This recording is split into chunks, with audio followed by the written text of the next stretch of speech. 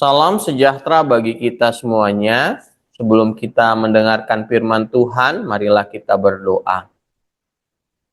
Damai sejahtera Allah yang melampaui segala akal, itulah yang memelihara hati dan pikiranmu di dalam Kristus Yesus Tuhan kita. Amin.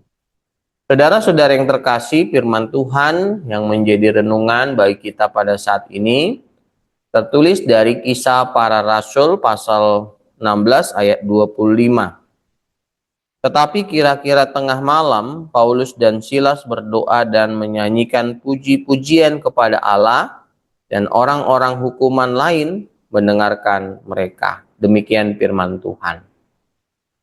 Saudara-saudara yang terkasih di dalam nama Tuhan Yesus Kristus, renungan dari ayat ini mengajarkan kita banyak hal tentang kekuatan iman dan pujian dalam menghadapi kesulitan. Oleh karena itu ada beberapa poin yang bisa kita renungkan pada saat ini, yaitu pertama, iman yang kuat dalam penderitaan. Paulus dan Silas dipenjara karena memberitakan Injil, namun mereka tidak menyerah pada keputusasaan. Meskipun secara fisik mereka dipasung dan didera, hati mereka tetap penuh dengan sukacita dan pengharapan kepada Tuhan. Mereka tidak mengeluh, melainkan berdoa dan memuji Tuhan. Ini menunjukkan bahwa iman mereka tidak tergantung pada keadaan atau kenyamanan hidup.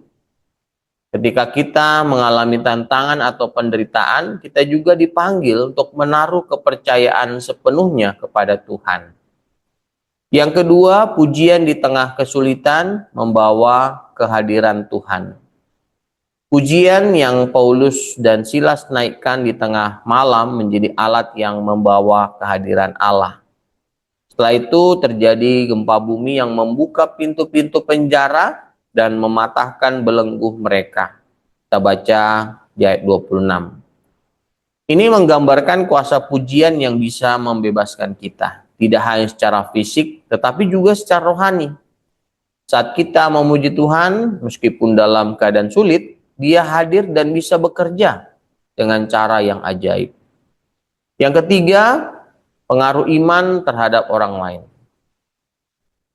Orang-orang lain di penjara mendengarkan mereka. Tindakan Paulus dan Silas menjadi kesaksian yang kuat bagi mereka.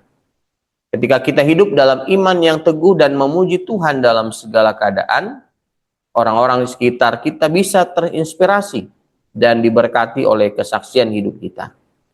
Sikap mereka memberikan dampak positif yang luar biasa. Bahkan kepala penjara dan keluarganya akhirnya percaya dan dibaptis. Kita bisa baca di ayat 33 dan ayat 34. Nah, dari renungan ini kita diajak untuk tetap memuji Tuhan dalam setiap situasi. Karena Dia selalu bekerja, bahkan di tengah keadaan yang terlihat mustahil.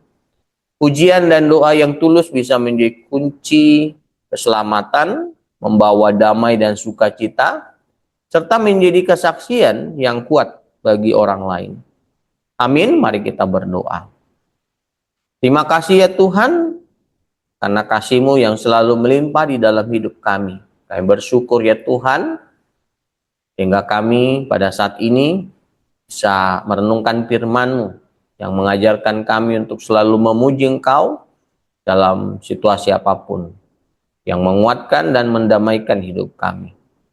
Tuhan, kami mohon berkat-berkat-Mu juga melimpah di dalam hidup kami dan melindungi kami dan mengampuni dosa-dosa kami. Dalam nama anak-Mu Tuhan Yesus Kristus kami berdoa dan mengucap syukur. Amin.